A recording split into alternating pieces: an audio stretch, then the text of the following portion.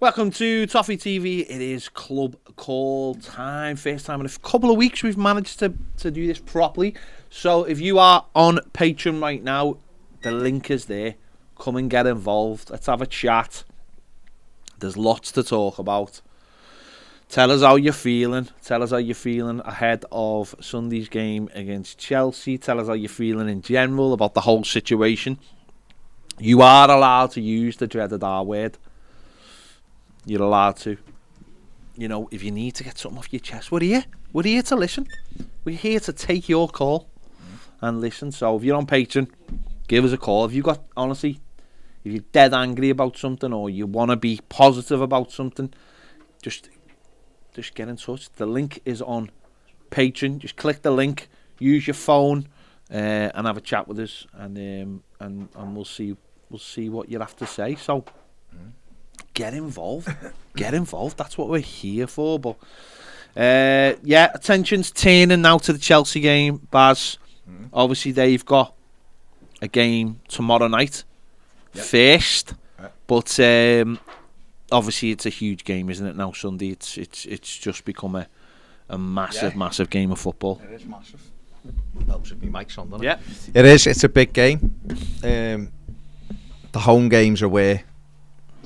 The home games are where we thought, or where we hoped, Everton would get the points, and it starts with this one. If Everton were to take 9 out of 9 at home, which is unlikely, but you never know, then I think they'd stay up. 7 out of 9 gives them an opportunity. Get something at Watford, and maybe Leicester. So it's a big game, and obviously we've just got to look forward to that one now and give it everything we've got while there's still life in it. That's what you've got to do. Paul, Irish Football Fan TV. Hello, mate. You are flying at the moment. Keep it going. So that's where we're up to. You know, it is that thing of like where. While it's going on, you just like want it to be over. Yeah. You know what I mean? It's like you're just sitting in limbo almost because that's how it feels. It just feels like you can't do anything about it. You just need the games to roll on. And obviously the way the games are at the moment, everyone's plays before us. It's like, you know. It's horrible, isn't it? Because, you know, let's say we didn't get drawn with Crystal Palace in the quarter-final, and we had actually played them last week, and we'd beaten them at home. You know, we'd be sitting here a point clear, Burnley, and we'd still be worried. But it'd be a completely different picture, wouldn't it? It'd be a completely different set of circumstances, and here we are, 2 points behind them, and yes, we've got that game in hand, but suddenly it just feels like, just because of the way things have shaped and the way obviously Burnley have won a couple of games, it suddenly feels, you know, like the walls are closing in. No, that's how it feels. And again, like we said, it's everybody else playing before. And I mean, we had the opportunity last week with Leicester game, didn't we? To win that, and we didn't win it. So, we had the opportunity when we played Burnley, didn't we? Yeah, I mean, to put some little bit of daylight between us, and you know, stopping them getting a moral, you know, boost and win. But here we are. It's obviously a very daunting situation, which really a club like Everton shouldn't really, you know, be going through, regardless of what people think. We shouldn't be in this position. Just basic management and basic running of a club should keep you, you know, away from it, shouldn't it? Mid-table. I mean, it should. It should, but unfortunately, this is where we are. Yeah, and you've got to deal with it, and it's horrible. And it's up to us to try to get as many points as possible, and that's where we are, isn't it? You're trying to second guess everyone. You're looking at other people's results. You're looking at games and going, well, they might win that one, or they win. If Everton don't do their job, none of the other games matter, and it's up to Everton to put pressure on Leeds, pressure on Burnley. As much as they can. It's difficult because they've both got a cushion now, but Everton have got the game in hand. If Everton win all their games, they stay up. Yeah. And that's just the way it is. Yeah. So that's very true. it's obviously very difficult to do that. You can't see Everton win a 6 course. You can't see Everton win 6 games on the run. But that's where we are. So it's not hopeless at the moment. But a lot of people are kind of going, feel like we're going to go and all that. Because other teams have got results. You know, actually, when you look at Everton, they went into that band of 3 games, and people were saying after the Burnley defeat, they got terrible games coming up. These next 3 are awful, and he came out of it with 4 points. You know, from Manchester United, Leicester, Liverpool. Better finishing, might have came out with it with 6 or 7 points, but they come out of it with 4 points, one of each. You know, they get 4 points over the next 3 and 4 points over the next 3. Will it be enough? Don't know, but it just shows you that you can, you know, they can dig in and get some points. But the Burnley, if Everton get relegated, the Burnley game will be the killer, because that gives them renewed hope and give us the kick in the dangly bits. But we've got to keep fighting and hope we take our opportunities, because that's what's been happening the last few games. We've been missing good opportunities, albeit we have tightened up a lot at the back. Yeah. I mean, the level of performance, I think, bar silly mistakes, has got a little bit more consistent. I don't think it's a huge level, don't get me wrong, but I think consistency in the level of performances, it hasn't been, I would say, in the last few weeks, it hasn't been that up and down nature that it was when Frank Lampard first came into the job, and it was, you know, did all right at home, terrible away. And then, you know, I think, you know, since we came back, you know, since we sort of got past, I know Palace game was a bit different, but, you know, the performances have been steady. We've been, you know, there's only been really a goal or 2 in most games. You know, okay, Liverpool was 2, but you're playing against one of the best teams out there. So the level has got a little bit more consistent, and that's what we've been looking for.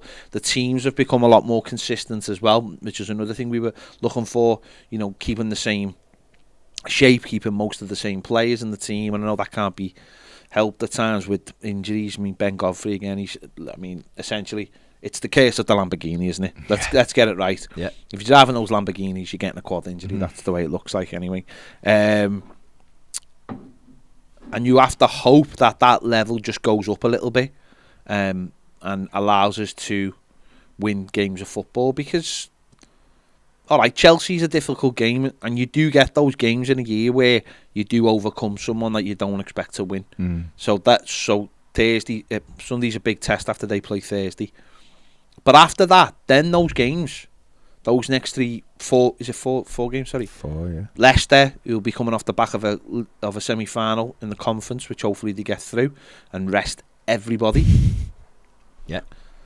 You know, Brentford, Watford before Watford as well. Sorry, you know, if you're serious about staying up, you got to beat Watford. Beat them, yeah. You got to beat them. Then you got Brentford at home, nothing to play for. Yes, in buoyed mood, but nothing to play for. And then Palace, nothing to play for. Ahead of the game against Arsenal, where you know there's going to be something to play for. So, you know, as you said, if Everton went out and won 5 of the 6 games, or 4 of the 6 games, let's say, and didn't stay up, then you could go, well, he had to go, at least. But if the season just pieces out, no, then it's, you know, 4 wins, they'd be safe, let's be honest. They're 41 points. Ain't gone down with 41 points. So, yeah. No, difficult. Absolutely difficult. Jay says, all right, lads, tell us a bit about Jack Patterson. He's a young 16-year-old midfielder for Crusaders, isn't he? He's been going through this since January, I think.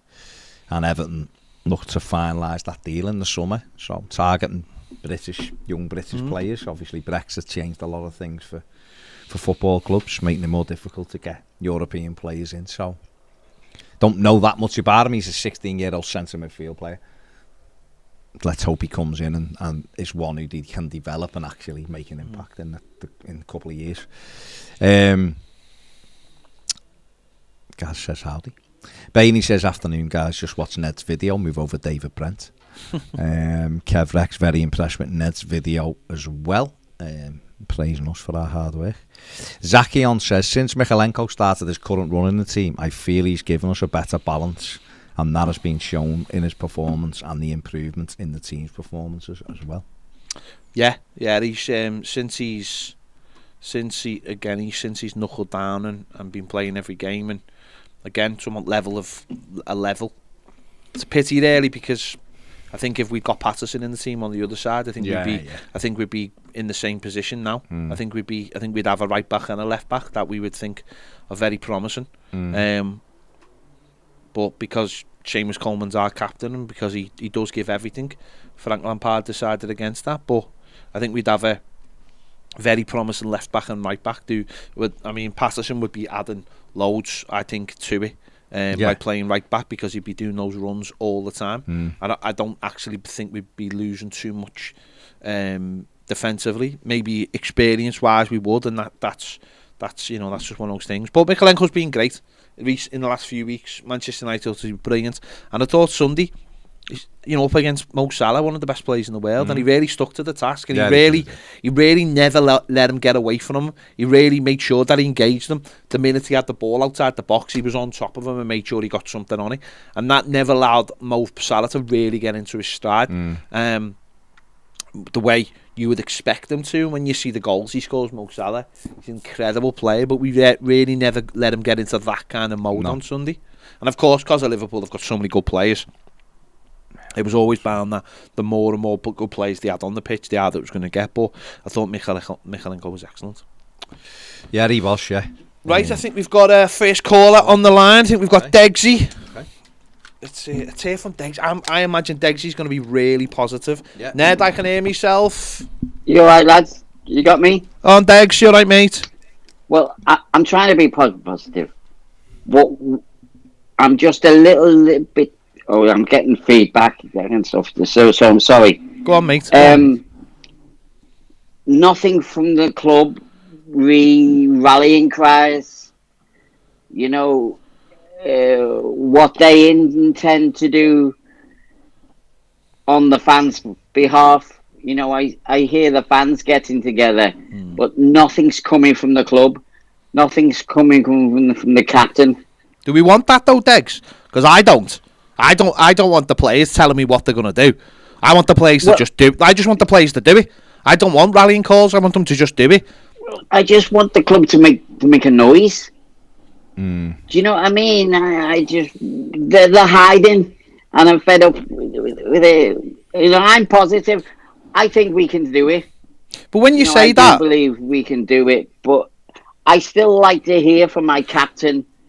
Do you know what I mean? No, I know what you mean. He's been a little bit quiet, hasn't he? I know what you mean, Degs. I don't, to be honest, I don't want any rallying calls. I really don't. I'm sick of rallying calls.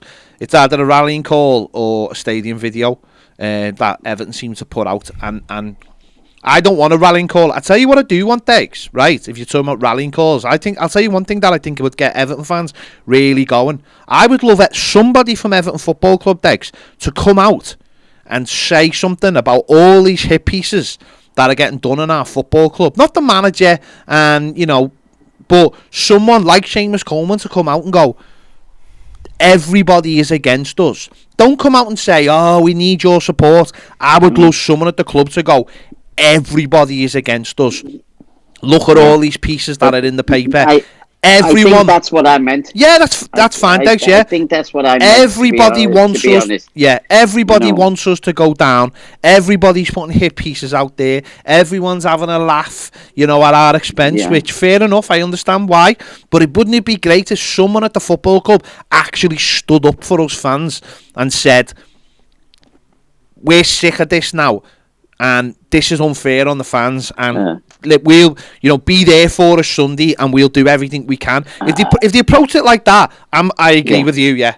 Yeah, I think I've got it sus for a while now. I mean, everybody known that City and Liverpool are going to win the league, one of the two. Yeah. And the media and the Premier League are looking for the big story, and basically we're it on. It doesn't matter what everybody thinks. This club should never, ever be leaving the Premier League. And if it goes down, it'll be not just a tragedy for Evertonians. It'll be a tragedy for the league. Yeah, and I think the media needs something to get it through the summer. Yeah, it's gone.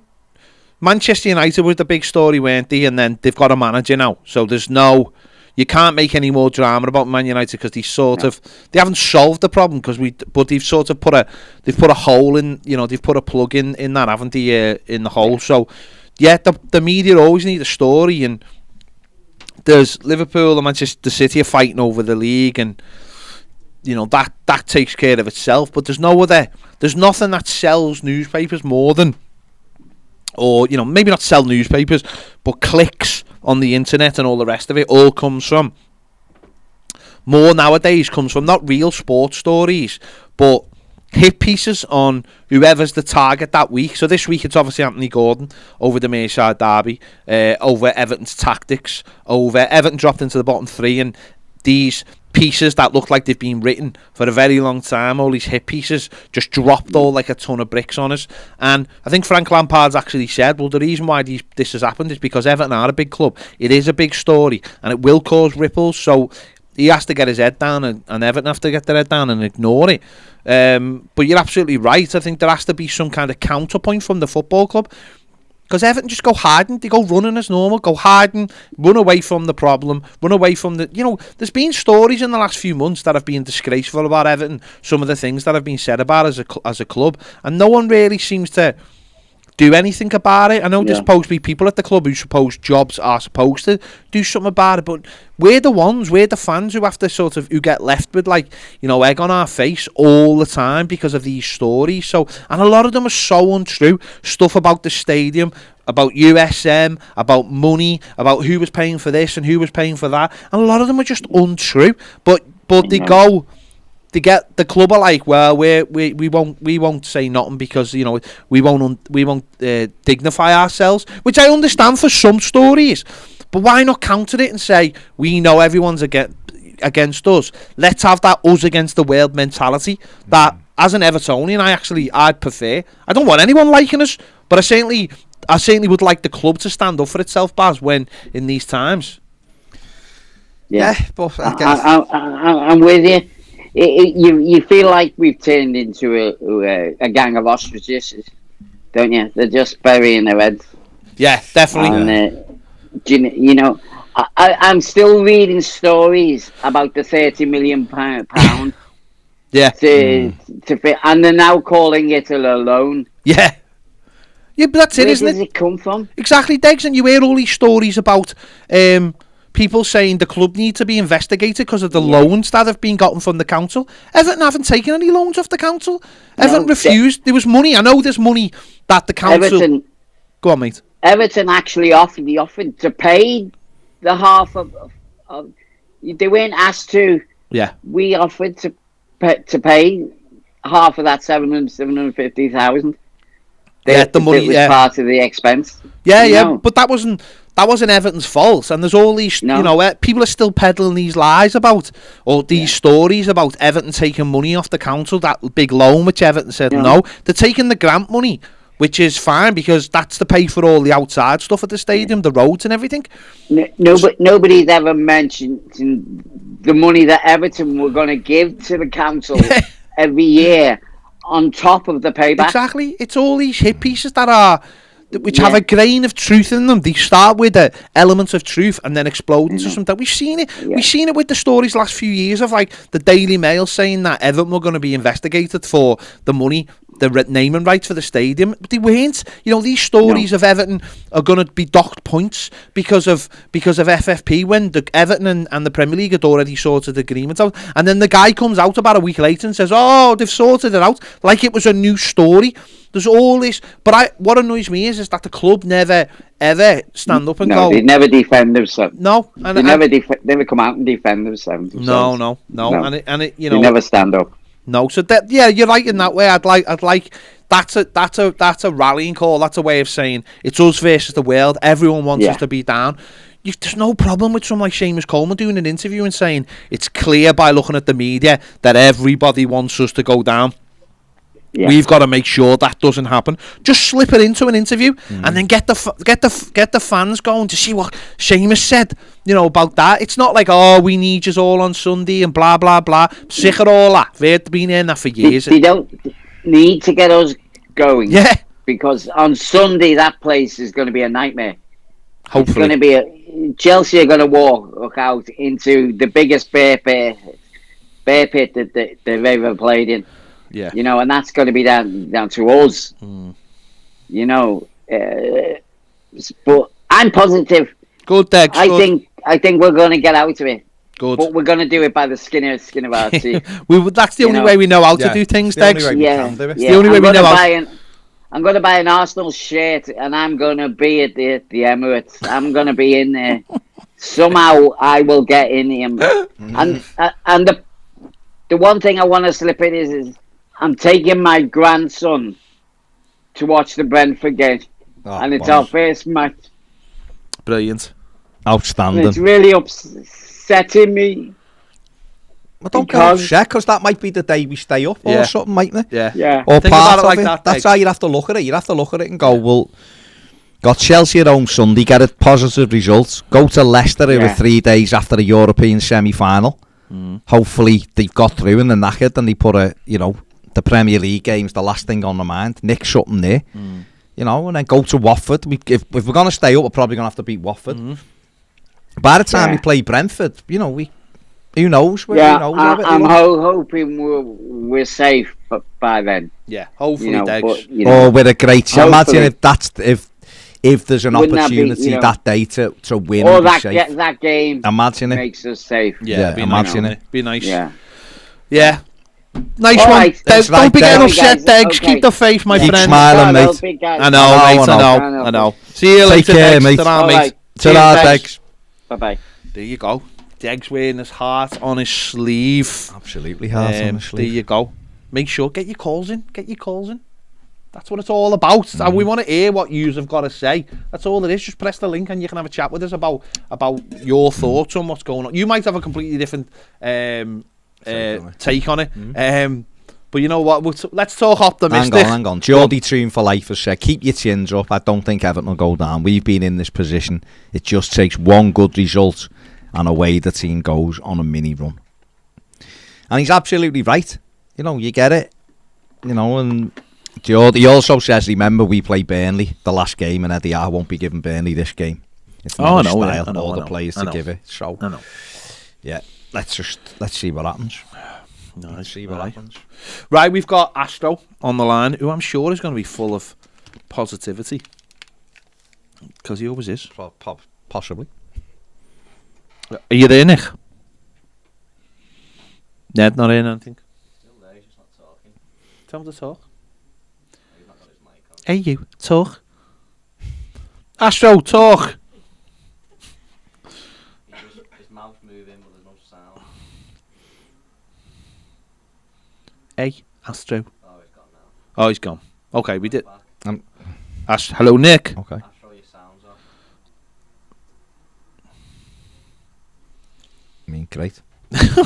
Read some comments then. Ian Bennett says social media posts are horrific. Yeah. In general? Yeah. Just in general, yeah. People talking about politics, Lampard's politics. Yeah. Not going to dignify them. Tom says, hope you lot stay up. Always had a soft spot from Everton. Tom is a Sheffield United fan. Nice one, mate. We can hear him. Well, let's. I can't hear him. Yep. Hey. Yeah, here he is. Oh, here he is. Yeah. Sorry about that. Here he is. Yeah. A little technical difficulty. It's all right, mate. But it's all right. What can you do? No. You know what? Right? Like, Giggsy is such a hard act to follow, right? Because his calls are like class every single week, right? He's like the highlight of the club call. So it's tough. It's a tough act to follow Giggsy, but you know what, right? Like, I have towed a very fine line this week after being absolutely crucified by a group of Blues on Twitter for having an opinion about what the crowd should do. Because I'm a Yank, and since I don't go to the match, I have absolutely no right to say a word to anybody. So, I contemplated basically a Twitter silence for the rest of the season, and then that lasted about 2 whole minutes, and I realized that they can call the Astro complaints line, and that number is 0121-DO-1, and they can I'm sick of it. Imagine an ending of the season, right, where the worst happens, and you're talking to an Evertonian, and what they wouldn't give to go back and have the opportunity to be absolutely insane at every home match that we had left.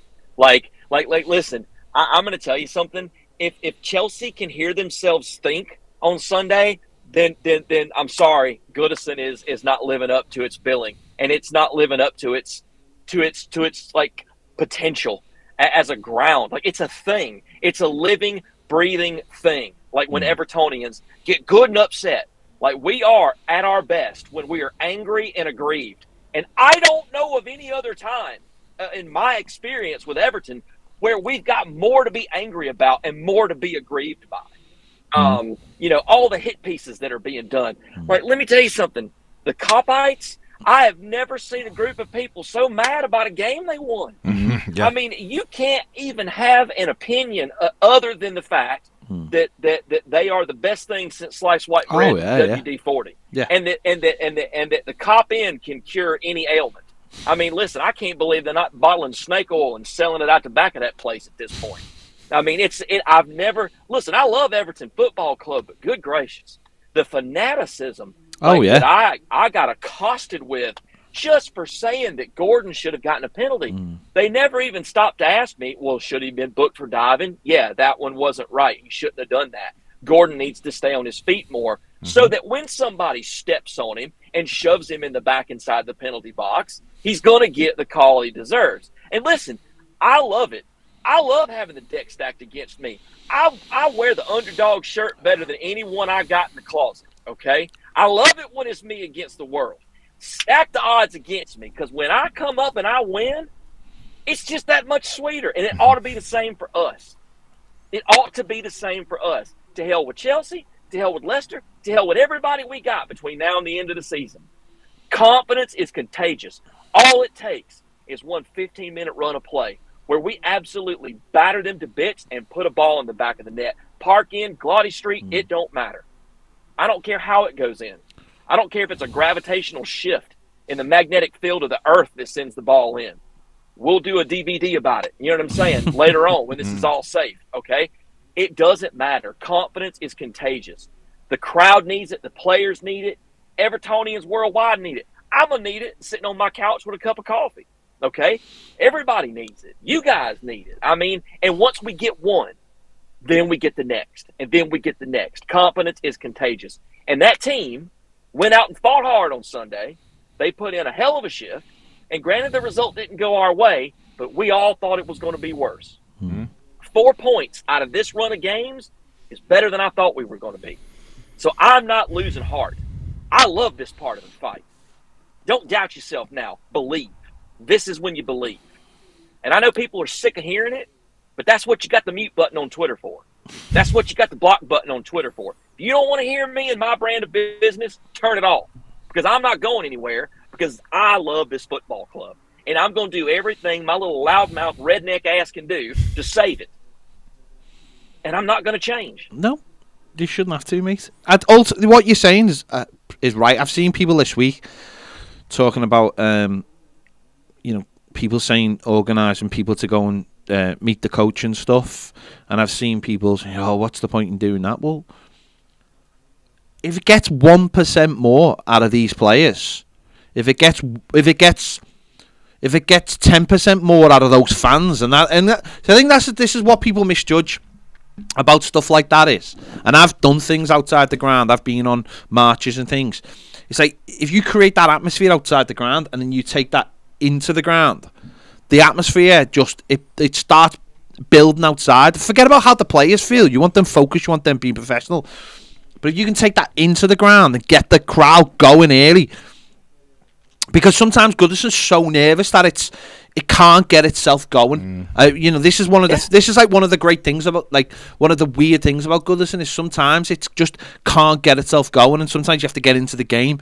And I think we've seen this in the Leicester game. It was a little bit, it was weird. It was like, because they scored so early, it really did feel like a kick in the bollocks. But on Sunday we can get it going early, and why wouldn't you want that? Why wouldn't you want that? Let's not fall into that trap. Misery loves company. Let's not fall into that trap. Let's just, if there's a chance, then let's throw everything at them. And if the players are like what they were like on Sunday and do show that fight, that is a huge part of it, isn't it, Baz? That seeing players kick off and feeling like they're doing what you do is a big part of it. You've got to foster that atmosphere, that togetherness. Chelsea turn up at Goodison. I hope they beat Manchester United on Thursday, just because that'll put them, like, definitely, in my opinion, in the top four, and therefore the need to get results. I hope they work really hard for those 3 points. They have to work, and then obviously we play them 3 days later. They've got a couple of days rest, and then on we go. And Everton they came to Goodison a few years ago when Marco Silva was the manager, and we beat them 2-0. We defended well. The crowd were excellent. We got a goal, and then we got the penalty in. And I know he missed it, but he put the rebound in, and that gave us a big win for Marco Silva.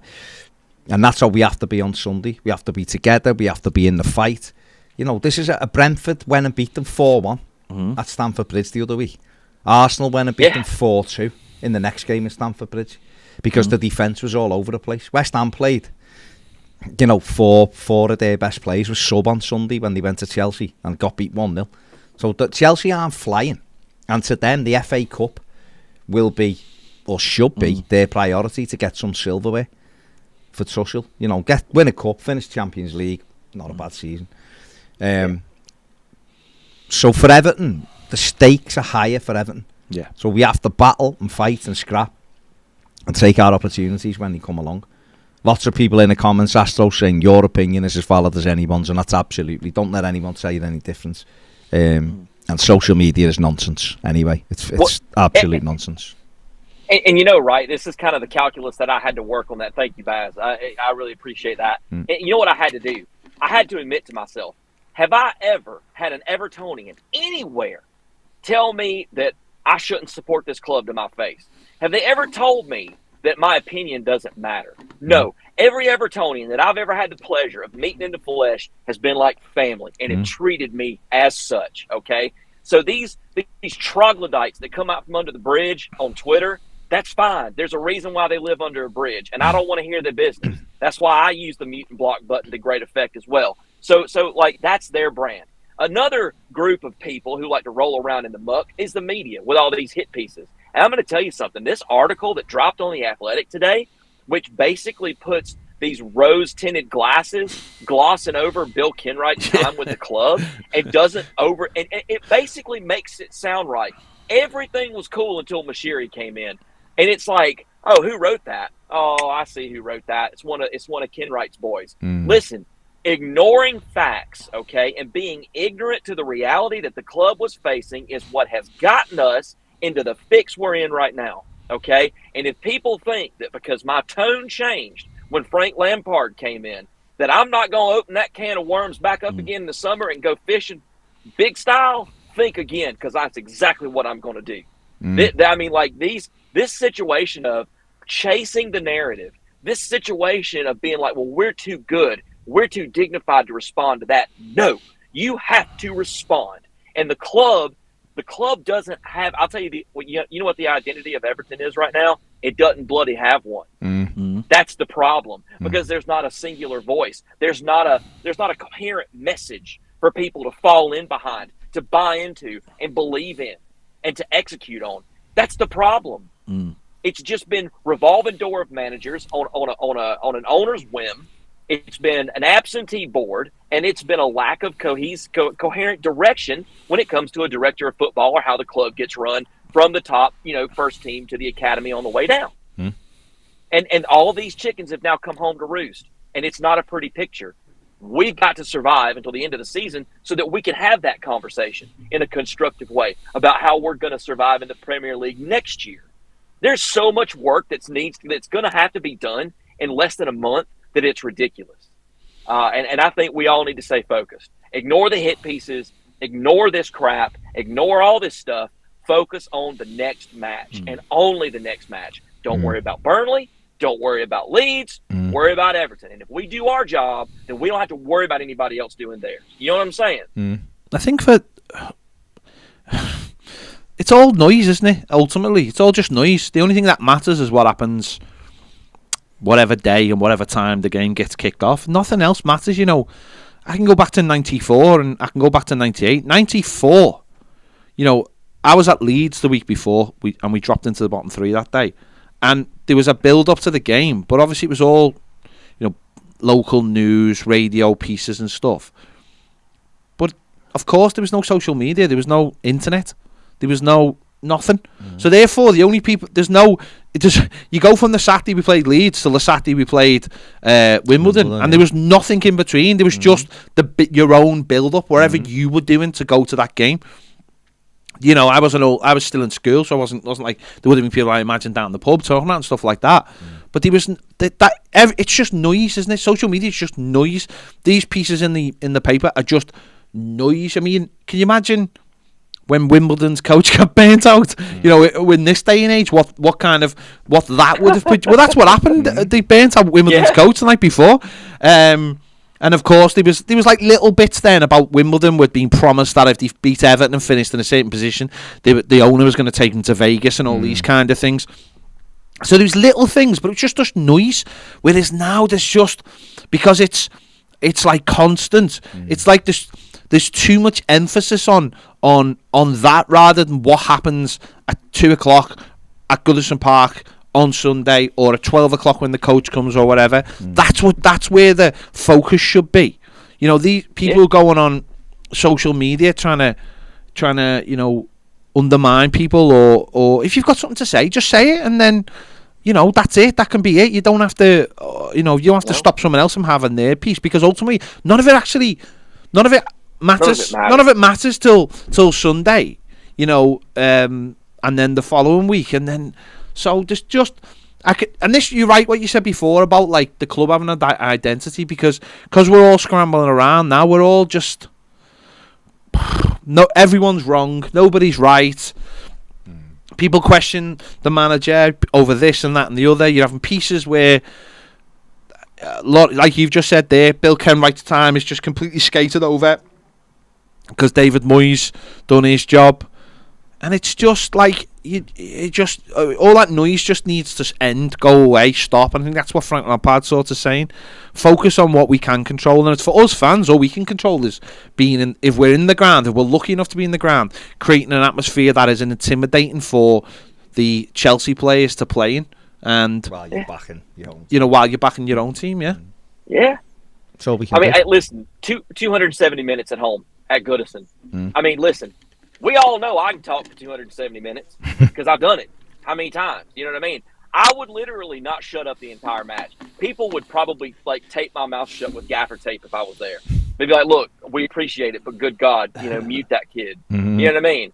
But like, in all honesty, like, people are saying like greeting the players, coaches, cop-out behavior. Let me tell you something. I'm about staying in a Premier League type behavior, okay? And if that means that we have to do things that we normally as Evertonians wouldn't do, listen, until this season, I would have never done pre-match videos or post-match videos, right? But this season's been different from the outset, right? Everybody's had to adjust. Don't call it cop-out behavior. Call it, we'll do any damn thing we can to survive behavior, because that's what it's going to take. All hands on deck. And I'm going to say this, right? Talk is cheap. It's on the 99-cent value menu, all right? And that's saying about us, one of us being worth 20 of anybody else. There has never been a better time to prove it than the next 270 minutes at Goodison. Which and I say this with a lump in my throat, could be the last 3 Premier League games ever played at Goodison Park. Exactly. Could be. No, but you've got to look at it like that. Though. You've got to look at it like that. These could be the last 3 Premier League games ever played at Goodison Park. And what does that mean to people? Well, we heard what it means to Degsy.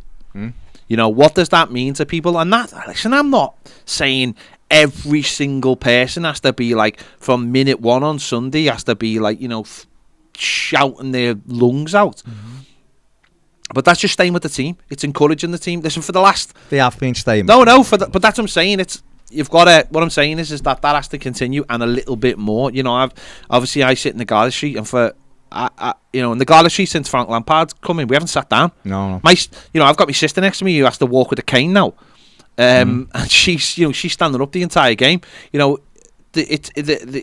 that's where we are, and as a fan base at the moment, we just have to push it that little bit extra on Sunday, and that's all 4 parts of the ground as well, all 4 sides of the ground. You know, that's turn to you, Parkend. Wake up. No, but everyone has to be at it, don't they, on Sunday and think right. Yeah. And this is where you mentioned it there, that, like, you know, the don't be, you know, put the naysayer part of being a fan, which we all fall into now and again, of like, just like, you know, think of it like the other way. If it was a game where we needed 3 points to go and win the league, would we be sitting there quiet? You know, would we be just thinking, go on, you just play? We'd be doing our part, wouldn't we? And it's not enjoyable. But what's worse? What's not enjoyable is the days between games, when you can't sleep, when you're thinking about it all the time, when you're just doing something else, and then that thought springs into your mind. Oh God. Do you know what I mean? When you can't watch, when Everton are not playing, but Burnley are playing, or Leeds are not playing, and you're like, oh my God, I've got 110 minutes of having trying to either think about that game or not think about the game. When you're itching to look at your phone. Yeah. Or that's the worst part to me. That's the worst part. The worst part to me is that feeling of, I don't want to look at my phone, and then dread, and then Ned can text you going, bloody Burnley. Stop doing that, Ned. To be honest, I did it the other night. No, I know. Because it's just seen the score and was like, as if. No. Lewis Patterson, Newcastle fan, says spot on. Not talking obviously about Astro as well as a spot on. Not about what team Leeds and Burnley are doing. It's about Everton can only control their future. It's up to them, and it is. It's down to us. Like I said before, if Everton won every game, they'd stay up. Well, that's the other thing about Sunday, isn't it? Is that if Burnley get a win on Saturday, don't let that come into the thinking of Sunday. It doesn't matter. It has nothing to do. It doesn't, because we've just been talking about before, Everton could win 5 games and Burnley could win 6. Do you know what I mean? But if we don't win 5 games, you know what I mean? It's got to be, well, what, you know, the only way we've got a chance of staying up is if we win games of football. So, you know, the way the fixtures are, we've still got that game in hand. It is away at Watford. You know, if we stick with them, if we stay in the fight and we match them result for result or more, then that game in hand becomes huge. And I know we've had games in hand, so it's we just, and ultimately if the worst comes to the worst, if people can turn around and go, well, we did our job, we did our part as fans, if we stuck with them, if we don't have any regrets as fans, then don't turn around in a few years and go, oh, if only we'd done this or done that, or maybe we all should have gone down to the ground and met the coach, or don't have any regrets about it. That's if you want to do something, do it. You and Baz know, right? Like, you guys know what I've dealt with, right? Okay. And when I talk about getting knocked down and getting back up again, people have accosted me saying it ain't a Rocky movie. You know what I mean? It's real life. Let me tell you something about real life. Real life will kick your ass up one side and down the other. Your decision is whether you're going to get up and fight again. And that's the difference between a winner and a damn loser, okay? And I'll tell you this, right? People talk about, you know, it's not a movie. And listen, It is all about taking your chances, because even if you lose, and you both know how big I lost, okay? You know how I've coped with that? Being able to look at myself in the mirror every morning and know that I left no stone unturned, that I did. There was nothing that I couldn't do that I did to stop what happened to me from happening, right? And I did that. And you know what? That sustains me years later, 5 years later. It's what keeps me going now. It's what gives me the perspective that I have, that I approach every problem that I've ever dealt with, because I look at that and I go, well, if that didn't kill me, nothing else will. Get up, keep fighting. And that's what everybody needs to take from this. Take something positive from it. And you guys, y'all keep kicking ass, because like I've said before, $5 will get you a pint or a cup of coffee. But it don't get you Toffee TV for it. It'll get you Toffee TV for a whole month. You know what I'm saying? There you go. The pint or the cup of coffee lasts an afternoon. Toffee TV goodness is all month long. And y'all keep it up, because it is the best business in town. Astro, before you go, though, I do have to just pick a small bone with you. Go ahead. Your house is not dog friendly. Therefore, I can't escape to your house when the Champions League fucking finals on. I need to escape somewhere. I was hoping to go to your house, but it's not dog friendly. You need to sort that kind of stuff out. I've got a clean dog. Sort that out for me, Astro. Come on, brother. I know you do. I will address that, my friend. Do not worry. I need to escape that weekend, and I was planning on to his house. In this country? Oh, no, he's got a house in this country where he's going to retire to. Well, it's not mine. You keep saying it's not mine. Your house. It's where you're going to retire to. It's when you it's where you're going to start coming to the match every weekend with the belt. And I was going to go there for the Champions League final when it's on to escape this city, and I can't because it's not dog friendly. So sort that out, Astro. Thank you very much, brother. We'll speak to you later. Cheers. See you later. Ta-ra, mate. I'm not going to your house. I'm going to Georgia. I was thinking, fair play. No, to he's you. got a. I'm just going to pardon me nose. He's got a. A man of this age. I've had 15 coffees. What? No, it's coming. You could have just said. You mean? That's fine. Just if you need. You just pulled the battery out now. No, that's okay. What's going on? It's full power. What is going on? I'll be back now. What's going? Why have you left me? Why have you left me alone? Anyway, there you go. Astro, brilliant as always. Don't forget, get your calling. We've had 2 brilliant calls. Do you know what? With the people on Patreon. Matt's just left. Alright, Matt was coming on, but he's left. Matt actually messaged me earlier. He said we were doing a phone because he had a lot to say. So we'll get Matt on in a minute. How can anyone doubt Astro? He's what's that? There's someone there. I think it's John. I'm not sure. I keep asking him. He's not responding. He's got off and walked off. Well, fair enough. Fair enough. No, we shouldn't. We've got to be careful that we don't fall into this thing of. There's a horrible. Listen, I don't know what other fans do. I know other fans are knobheads as well, or fans of other clubs. But there are elements of our fan base that like sniping against each other, whether they be the positive blues, the non-positive blues. You know, you see all this stuff of super blues. You see this stuff of Everton Dars. To be honest, I don't know what any of it means. I honestly don't know what any of this stuff means. All I see is that people sniping against each other, you know, for different bits and pieces. As I said, you're either one thing or you're another thing. People have got to... Listen, we all have different opinions, especially like as you get older. You know, you might think... Younger fans might think one way and older fans might think another. Mostly because older fans have just got standards because they've seen good Everton teams. But it's you know, you've got to put a lot of that aside and go, we're all Evertonians, and we, you know, in this running, if we don't listen, we can. There's a lot of stuff that needs sorting out at Everton, and a lot of it comes down to the fans and what the fans do and how the fans react. It's no point really even addressing it at this point. We know what the problems are. We know who the problem are. But right now, that's not going to win us games of football, is it? So the major focus has got to be on coming together as a fan base, because it's not going to work otherwise. Matt has returned. Have we got Matt? Yeah. Matt, are you there? I am, lads. Can you hear me? Go on, Matt. So, what I wanted to vent about Go on, vent. is why aren't we shitbags? Like, you know, if Mane gets hit in the face, Yeah. he goes down and doesn't get up until Till his hairline grows back. in the bats. Yeah, until his hairline grows back. And also the VAR situation, like, we need to be surrounding the ref and not letting that ball get kicked off again until we've made enough of a scene that they have to review it. You're absolutely spot on, because All of these Brentford, sort of teams do. they got a penalty because that lad stayed down. Yeah. And what did we do when we should have had a penalty? We just threw our arms up in the air and just went, oh, just one of those things. You're right. You get round the referee and you create enough time for VAR to have a look at it and go, actually, they're right then. You make a scene so they can't ignore it. Like Southampton, they couldn't wait to kick off so that handball couldn't be reviewed.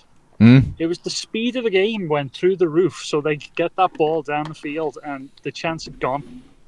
And, we need to be better at that. And like, I know Coleman goes up to the referee, but you look at like the classic Chelsea teams; they surround the referee. Yeah, and they get criticised for it, but nobody ever pulls them up. They're not penalised. Liverpool did it, something to be fair to them, when Gordon dived, and he did, and he got booked. But they were all around the referee. Robertson, everyone were pointing at him, and he were all having a word with him and all that. And the top sides do it. Man City players do it. Pep. Always at the fourth official. Klopp's always at the fourth official. The winners. And Lampard's side certainly did it. Yeah. Oh God, yeah. Side that did it. Yeah. Your players need to do it. I think like Frank still is doing it. Nasty Cole's done it, but I think your players need to do it as well. And it's all of that.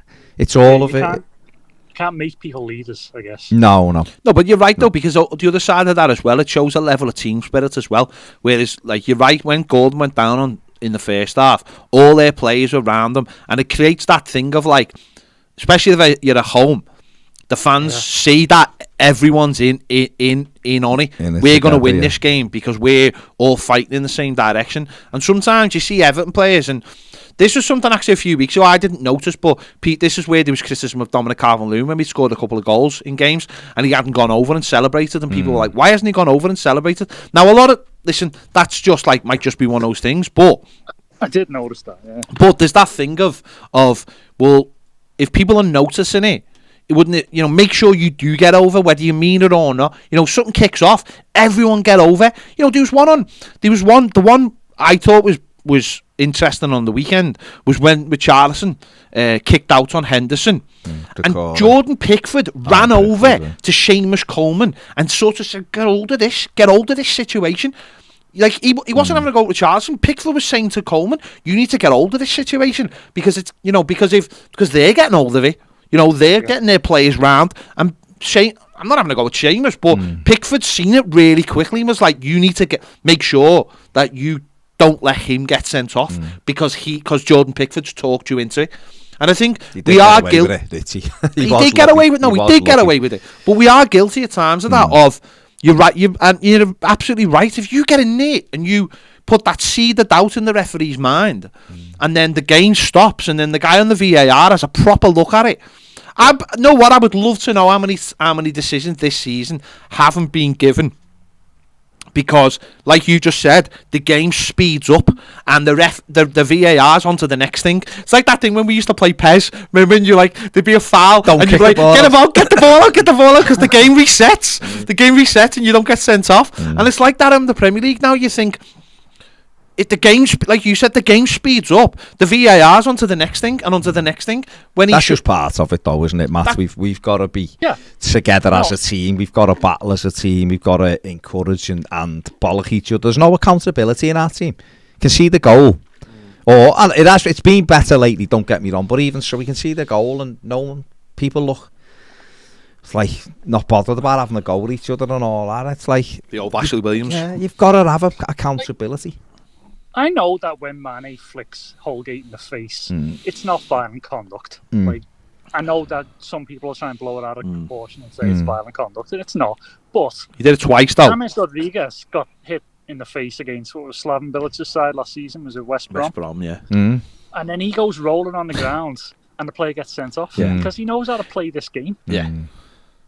And it might not have happened at Anfield, but you've at least got to force these officials to acknowledge they've seen these things. and I call it shitbaggery. Well, no, it is, isn't it? The It's top shit teams have it, though. It's shit housery, The isn't top it? teams have it. Atletico Madrid did it a couple of weeks ago against Manchester City. You know, there was horrible little things, grabbing on people, grabbing their hair, breaking the game up, going down. We've seen it ourselves. Wolves came the other week and they did it to us. They kept on going down, breaking the game up. Leicester did it the other week as well. They see which way the game's going and they're like, just slow this game down. But the other side of it, Ben Foster said it. You know, he said, if you can get Goodison to turn after 20 minutes, they've lost them. Now, for him, that might be, and we know he's the king of it, time wasting. And if he starts time wasting and the fans start having a go, time wasting when he gets off the coach. I know, but if the fans start having a go for time wasting and then also so they get in a bit of a grumpy mood, then it only takes one of our players to have a hit pass and suddenly they turn that anger onto that player. And I think other teams do it so much better than us. Again, you're right. It's about having those leaders who understand what it takes. And Richarlison does do it, and he gets criticised for it on equal measures. I think when he went down the other day, when he headed the ball, listen, he might have hurt his head, or he might have been like, well, it's the last minute of the half. If I go down now, I'll take this thing out the game. That's what other teams do. Yeah. I mean, like, look at Mourinho when he went to Tottenham in that documentary. First thing he said is, you're too nice. Yeah. And that's what we are. Why are we always the nice guys? Yeah. Charity club. I mean, to be fair, we did pull some shit out on Sunday, didn't we? Well, but we need to be doing it more. Not necessarily to those degrees, because you don't need to break every team. Liverpool are an exceptional football team that likes to play at under a mile an hour, so you have to try to break them up. But there's other ways. Imagine in Man the game. City with that handball. If we surrounded Yeah, the referee, exactly. said, you need to see that. You need to look at that. Do not kick this ball off until You've gone and it's been looked at it. Then now I know you've looked at it. Tell me that's wrong. Yeah. Make time. It's why the challenges need to come in for It's me. like what you said the other day, though, Baz. It's like, imagine on Sunday when Gordon went down, if Frank Lampard had just waved all the players over and almost pretended like he was going to take the team off, or something drastic like that. You have to make people go, hang on, what's all this about? And you might get criticised, but he could have easily covered himself by going, this is a disgrace. It's a disgrace that it's not getting looked at over it. I just mean just in general, not just that thing, but you sometimes have to create that much of a stink that people go, oh, hang on, there must be something in this. Like you said, the Brentford thing, the lad didn't even get it was a penalty. I'm not trying to say Towns, he kicked him, his foot was high and he went down. He didn't have like 15 but the fact that he stayed down that day, and the crowd are screaming, he went back and looked at it now. But that's just part of it, isn't it? We need it doesn't help being crap as well. Yeah, being crap doesn't help you. And you'd have to be. We're too nice in the games as well. We're too nice in the games in terms of actually playing. Got to have that. The top teams have it all. The top Liverpool and City are fantastic football teams. They also know when to break games up. They also know when to wind teams up. They also know when to surround the referee. And that's the reason why those two are the best two sides. And you'd have to get that into... You have to take a bit of that and put it into your thing. Matt, nice one for the call, mate. Cheers, Matt. He's gone. Fair enough. Matt said this piece and went. Economic. There's no point with that. Gareth Hughes says, talking of Amber Heard last night, she may be crackers, but I defo still would. Fair enough, Cass. Sorry. Fair enough. Sorry. And Jay said, like loose women. Despite being a very strange season, mainly full of downs, one question I can't seem to get out my mind right now is, why did Amber Heard drop a grumpy in Johnny's bed? I mean, the lads obviously have moved past football and have just gone on to other things, which is fine. This is fine. Have you seen the clips, though? Have you seen the video clips of the lawyer asking Johnny Depp questions? It's funny. Proper. Johnny Depp just destroys him. But not like destroy. He just, these little one words Johnny Depp says are just brilliant. See the one where if you're going to speak. You better be using your mic as well. You better be on your mic. The lawyer asked a question, and then when the fella started answering, he went, "Oh, object," and then the judge went, "It was your question." And every time he said something about Amber Heard, Johnny Depp, he'd go, "That's hearsay," and Johnny Depp's like, "You've just asked me a question. What happened?" Yeah. And the whole thing's hearsay, isn't it? You're a poo me bed, unless it's the recorder bit. There you go. Blue Nose Dublin says, negativity never wins. Let's try and spin as much positivity and get behind the manager and squad for the remainder of the season. VAR decisions have robbed us regularly. Yeah. can you do? Lewis says he didn't think it was a penalty. Newcastle fan. Yeah, I mean, Lewis, you're wrong. You seem wrong. like a nice fella, Yeah, but you you're seem like wrong. a lovely fella. You're wrong. Yeah, and your name's the same name as the fella who used to be in Dingo with that fella who got his own show, but that's about it.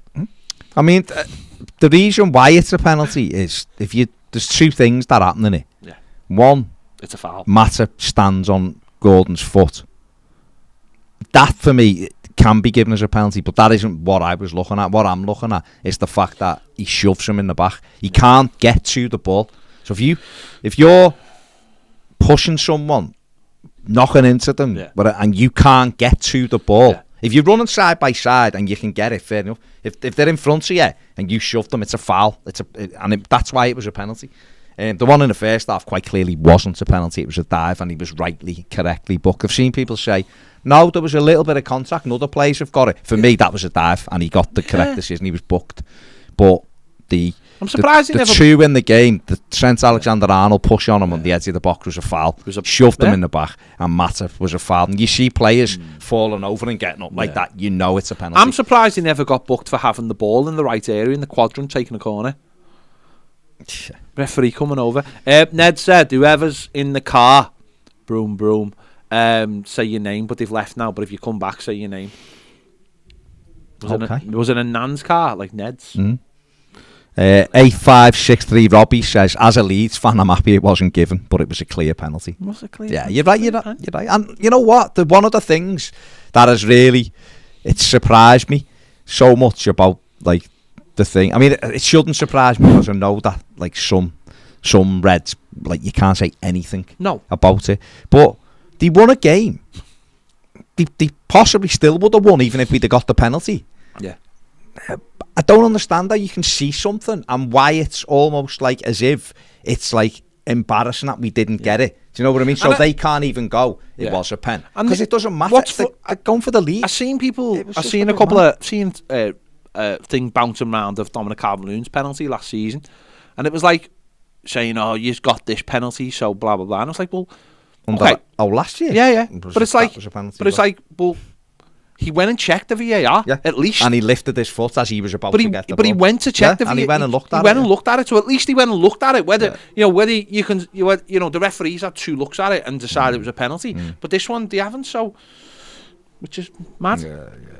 But that's it. Listen, if I was like a Liverpool fan, that was it, or that happened in an Everton game where Everton were the better team and won the game anyway, I'd just be like, yeah, it could have been given us a pen. Made up it didn't, but we won the game, and we're going for the league, and on you go. Yeah. And they should have took that as a compliment, the way we played. They're a very needy fan base. It is weird. They're a very needy fan base. Not all of them, like, but it's very strange. It's very strange. They're the most Scousers fans as well, especially the ones who come from Scotland Road. Aaron Broom says Lampard needs to go. He's tactically clueless. Get Sean Dyson. Yeah, okay. I don't have anything to say on that. So is that the same Sean Dyche that Burnley sacked and have won sacked him. 2 games since they sacked him? Said he wasn't good. Okay. Fair enough. But yeah. Ned could, if he did, Ned could shave his head and grow a goatee and could like be an impersonator, couldn't he? Little Sean and Big Sean. Do the voice. Go on, do the voice. Give me something to say and I'll say it in Sean. Say, hello, my name is Sean Dyche. Hello. Sean Dyche here.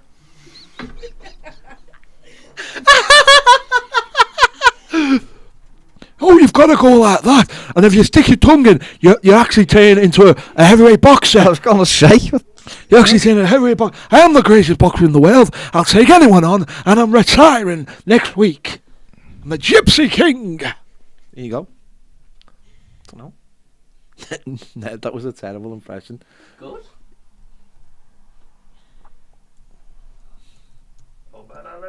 It's wonderful. What's that? You sound like Zig and Zag. You wouldn't know who Zig or Zag is. Johnny. What, on the club call? Okay. Baz looks like he's writing a letter to his local ombudsman. Yeah. About VAR. About VAR. I seen those referees apparently were the VAR referees I seen in the gym today. Were they? Yeah. Don't know why do you need to do such a strenuous workout. with their UEFA tops on. Why would you do that? Because that's what they want Is that to do. what they want everyone to know? Want people to know that the UEFA. Fair enough. There you go. Tommy Yates says, I don't think Lampard is tactically clueless. I think he underestimated how poor this team is, and he's only just realised we can't play expansive football. I think that was a huge mistake by more the people who own the club as well. Crazy, that should have been a factor in when the manager was brought in and when the other manager was sacked. Is that they needed a transfer window, a proper transfer window to sort it out, and giving a guy half a transfer window, then sacking him, then not bringing the other guy in until the last day of the transfer window is just beyond mental. And I think that would have kept us up if we'd sorted that out. Yeah, possibly. Joe Christie says is right, Astro, not every Everton fan lives near the stadium. Foreign fans should be given a blue star, as they can choose any team in the world but choose Everton and stick with them when they're awful. Bainey says, listening to Degsy then shows what this club is doing to some of our fans. Why are the powers that be not taking responsibility? They're cowards, them and the system that's called the Premier League. Well, there'll be a time in the summer when things do need to happen, when the season finishes rather. 23rd of May. And then, things need to change from then. 23rd of May. 23rd of May, the whole board should resign. Every single one of them should resign. And then bring in a new CEO, and then he can decide whether some of those people are fit for purpose to come back. Yeah. Simple as that. Simple as because John McCormick says his Fozzie Bear just walked in. Philly said his Dyson New York copy. Ned had to produce a cartoon for his uni. And you has to do all the voices on it, and it's one of the funniest things I've ever heard. What's it called, Ned? The Perp Connection. The Perp Connection. But what's worse about it though is the Perp Connection. What's worse about it is that Ned. What's worse about it is that it finishes with a cliffhanger, and everyone who's seen it's like, when's the next one coming? He's like, I don't need to make another one. It was only a one-off. And we're like, no, we need to see what happened, Ned. Yeah. Oh, it's Ned funny. has lost Get it. a job. Let me tell you what happens. No. Because it'll ruin it. We want you to make it. I was going to make something up. Get a job, you bum. That's what it says. Get a job. Yeah. Hey, boy. Basically, Ned played Red Dead Redemption 2 and copied all the voices and put them in this, or his version of the voice. There's a Northern Irish fella in there as well. Go on, what do you know Northern accent then? God. Good health to you. Apologies to any Northern Ireland. Anyone from Ireland, just anyone. People anyone. Watching. Yeah, anyone. Oh, we know you're not the Perp Connection, Ray. That's not a Northern Irish accent. Cornish halfway through that. Irish accent. I can't remember what it is. Alamanda. Simon Jones says every manager coming in has overestimated our squad and bought more of the same. Yeah. Why? Simon Jones says need a board with business and football acumen. Steve P says, if we do stay up, would you go for Emmanuel Dennis from Watford? I'd have him any day. Clearly suited to this league. 10 goals and 5 assists. Bargain of the season. Yeah, he did well. He's done well. He's done well. Yeah. Done well. He has done well. Athletic though, isn't he? That's why. Yeah. That's what the league's about. Yeah. Get athletes and people who can compete and people who can get up and down the pitch. You'll do well in this league. Yeah. Not a great league. No. The top 2 or 3 of them, top 2 are brilliant, and then the rest, the next couple are decent, and then the rest are average. Daniel O'Connor says the call with Degs needs to be shown to the effing players. Let the bastards see what this means. Degs is always passionate, It means everything, doesn't it? For a lot of people, so. Yeah, definitely. Blue Nose Dublin says them Irish impressions are awful. Yeah, they are awful. We apologise to all our Irish. We wouldn't want to kick anything off. You know what I mean? And they were all right. Pokey Jedi says I've never really looked at Ken Knight much, but now I really am, and I think he should walk. He's not the only one. There's a few that need to walk. There's a few, but unfortunately, someone put something up before on Twitter, and I retweeted it. Look at the titles we had before. Look at all the trophies we had before he came, and look at what we've got now. There ain't much change. Phil East said it's bad when you do one accent and have to apologise to 15 countries. Yeah, that's it. Yeah, you've nailed it there, Phil. Yeah, you've done well there, Phil. Like, yeah. You've covered everything there, Phil. In that. Ned is essentially why we left the EU. Essentially why we left. You got Ned in as an after-dinner speaker, and the next minute we had to get out. Billy Connolly is a friend of the show. Says, I think we can beat Chelsea. Yeah, I do. Yeah. Phil Lux Doom 84 says keep having the nightmare that we get relegated with the most points in Premier League history, like we did with the most points and not qualifying for Europe last season, and one of the highest points total ever to finish outside the top 4 when we got 72. But we've had some good times though, as John said. Good times.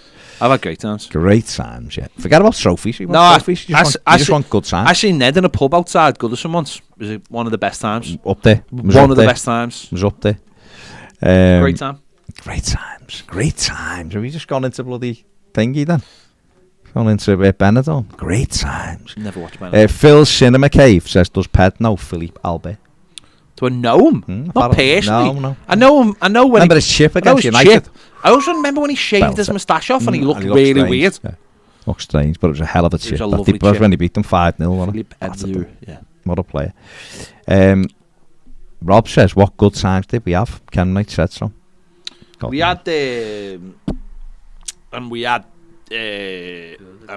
other one, and beat Liverpool once. Yeah, we beat them once.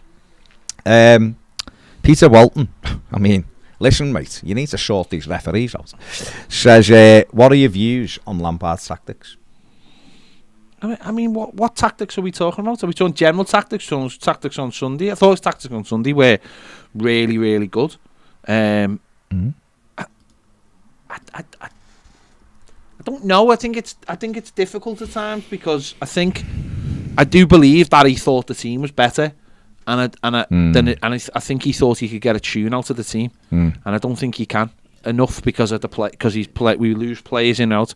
I think we haven't got athleticism. We don't have, but we also don't have, and we don't have much creativity either, and we just don't score goals. So the two fellas, one went for certain reasons, and the other one was chased out without any. I'm no. James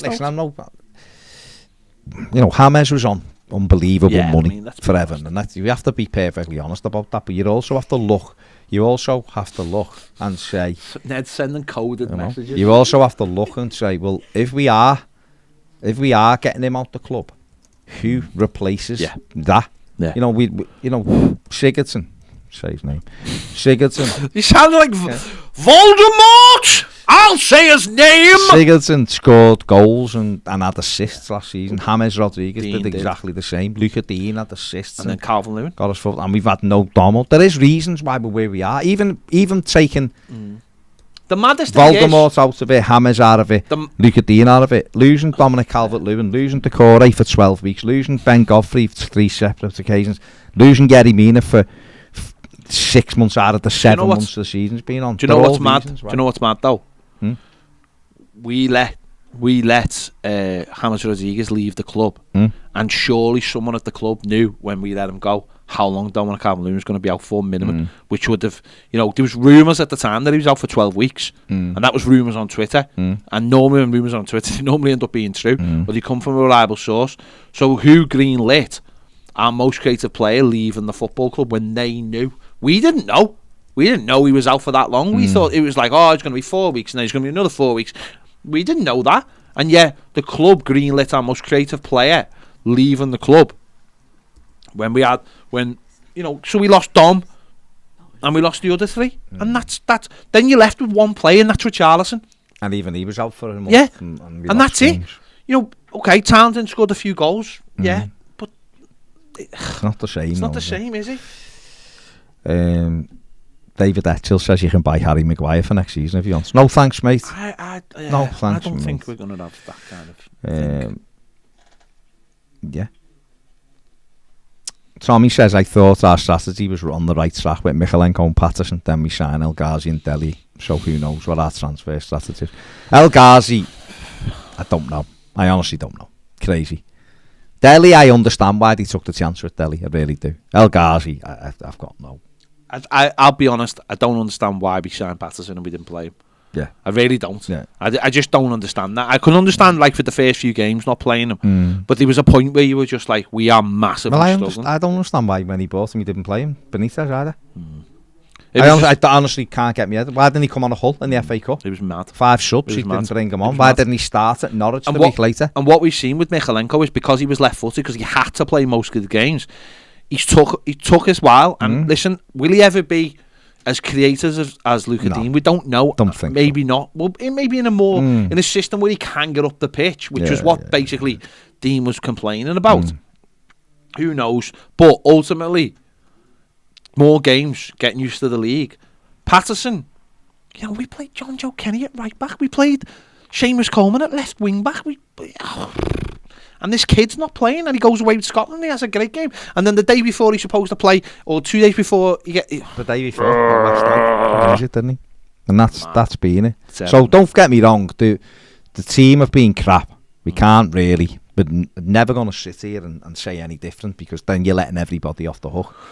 But there's also been mitigating circumstances. If Burnley or teams like that would have had the injuries, the amounts of injuries Everton had, they'd be gone. So it is one, but the flip side of that is Burnley haven't spent the money that Everton have spent, so therefore Everton are not bets basically. Wanderlust HFX Wanderers Watch-alongs. What a great name. Says Michalenko has really come into his own. Yes, he's started to improve massively. Phil's Cinema Cave says, who's the most overrated player in Everton's squad? In the squad? I mean, that's a difficult one. There's a few contenders. Gomez. Yeah. It's a good show. Gomez, maybe. I don't know how many are overrated, because we think they're all crap. A lot of people outside the club and inside the fans think Richarlison is massively but then when you see him when he plays for Brazil and he's surrounded by other players and his work rate complements their ability, because for Brazil they just use him as the workhorse for Neymar to do the bits and bobs. And then he puts the ball in the net. But I think what we've seen is that Richarlison, when he's playing up front, can't do what we want him to do. And because he's playing up front, other players can't do what we need him to do. And that's again, it's a big problem. I think actually one of the major problems that has happened in the last couple of years, Carlo Ancelotti was a culprit of this as well, is when Dom wasn't playing Richarlison up front, instead of when Carlo was in charge, Richarlison should have stayed in his position and it should have been Joshua King playing up front.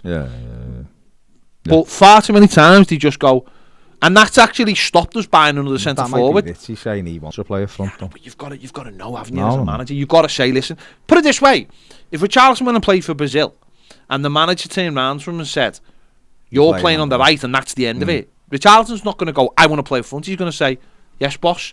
And yet at Everton, I'm not saying that's what he's like, but there is this thing of like, I want to play up front. Well, fine, but if you're the manager, so you're playing, but you're not playing up front because actually we think you're better playing on the right. If he got to move to anywhere else, that a team better than Everton, he's not going to go anywhere as a striker. It just isn't. He's not a good enough striker to play for any top side, but he is a good enough wide forward because he works his bollocks off for the team and he does provide enough goals. But as a central striker, he ain't playing for anybody. No. Anybody. No. Rob says, I'm from Belfast and sound nothing like Ned's impression. Hang your head in shame, Ned. Tom says, I've honestly heard some Reds chatting bollocks about us not getting that clear pen. It was justice for us single-handedly derailing their season when Van Dijk got injured. At what point does a group become a brainwash cult? I've seen stuff this week saying it's karma. It's like, karma for what? We've had 36 injuries this season, I think. Karma for what, mate? Paul Butler says, went to a Goodison tour a couple of years back. The fella, although lovely, for 99% of the tour, only talked about Dixie Dean and what Goodison used to be like, i.e. first stadium in the world with 4 sides and a roof, etc. Took my wife with me who hates footy and she was amazed with all the stuff we used to be known for. I was honestly cringing my life away and wanted to get out of there. It felt as though Ken Wright was conducting the tour himself. Yeah. I think they're gonna use it as well, though, Paul, aren't they? They're gonna do that because there is a lot of history about Goodison, but you do have to try and... But what could they... Realistically, Paul, what could they say in recent times? If you're doing it, what could you say in recent times? I agree, but I can understand... like both sides. Paul, who knows the club, is like, this is embarrassing, but his wife's like, this is boss. This is good, so, we've got John. John, are you there? Hello, John. Hello, John. Hello, mate. Go on, John. I want to just say I did try myself called Everton in '78, and you inspired me to do that, guys, because you chant great richly. It's those guys bought the fight book because I got stank arrogant, so I got no time for them. I just don't can't stand it, and I go because I've been where I sit right and where I sit in the ground. It's where obviously I thought in the Liverpool game we were just robbed in some way because I hate Liverpool. I'll say it now, dude. But yeah, I think that we seem like I think under Lampard we been better than the Rafa because Benitez was a disaster when it happened and he shouldn't have been appointed. But what do you think though? No. Rafa, just to say, Lampard's better than Rafa. Do you mean? Yeah. Yeah. In my opinion, listen, Rafa Benitez has done more and might end up doing more than what Frank Lampard does in his football career. We don't know. Lampard's at the start of it, I guess, and Benitez is coming towards the end of it. But for me, you've got to look at the whole picture when you're talking about that debate, Frank Lampard and Rafa Benitez. Rafa Benitez was the wrong appointment. The owner went against a lot of Evertonians, went against the people putting banners up and all of that. There are banners guys out saying don't come. Yeah, I mean, I wouldn't necessarily agree with that. Than people doing that. I don't think you should. I think that to me oversteps the boundary. Going towards where someone lives and doing that, I don't think is. No, I think that's crossed the line. Goodison, fine. People wanting to, because let's be honest, where else can people communicate with those people? There isn't a way to do it. But Rafa Benitez came in and rightly or wrongly alienated people. He wanted all the power. He suffered injuries that probably wrecked what he was doing. Don't forget, Everton started the season really well. They also never backed him. But the club didn't back him. But they told him they had money, but then didn't give him any money. They told him, according to him, they told him he had money, but it would come from selling players, and then they couldn't sell those players. So if you bring in a fella who is massively divisive like he is, you have to back him, don't you? You have to present him and go, but look at the shiny things we bought for him. And that was part of the problem he had. He lost Dom early, and that obviously was a major factor. And then it started to unravel. And I've seen people say things like, "Look at his record compared to Frank Lampard's." But I would compare his last 16 games compared to Frank's 16 games or whatever Frank Lampard's had. He hasn't had that many, has he? And you'd say that's what you compare it to. You know, we never won a game for 3.5 months under this fella, and ultimately he couldn't get a tune out of the team. He was negative, and it was time to go when it was time to go. He should have gone, to be honest, he should have gone probably after the Brighton game, really. He could have gone after the Palace game. Should have probably. They waited to... The derby, really. I think when you get to January, it's stick or twist, and we went bust, effectively. We didn't give Lampard any time to have a look at what the squad was and go, actually, we need a defensive midfielder or we need a centre back. So it is what. And listen, it's like I've just said, it's not all Benitez's fault because there's a lot of stuff going on at Everton. But for me, I'm happier with Lampard than Rafa. Yeah. And I think most of the fans seem to be, certainly at the game. I think Rafa's brilliant. What I know of him, because I know he managed Derby and stuff like that. And I know he did Chelsea stuff that didn't work out because that was obviously Chelsea, big club, so on. But he's with us still so far, and he still do things wrong. He's done a few things wrong, I admit that, but he's learning. So, yeah, we'll have to just see if it's enough to keep us in the league, though. Yeah. John, Yeah, thanks nice for your call, one, John. mate. We're going to Top wrap man. up now. Thanks, mate. Cheers, mate. John. Take care, mate. To that.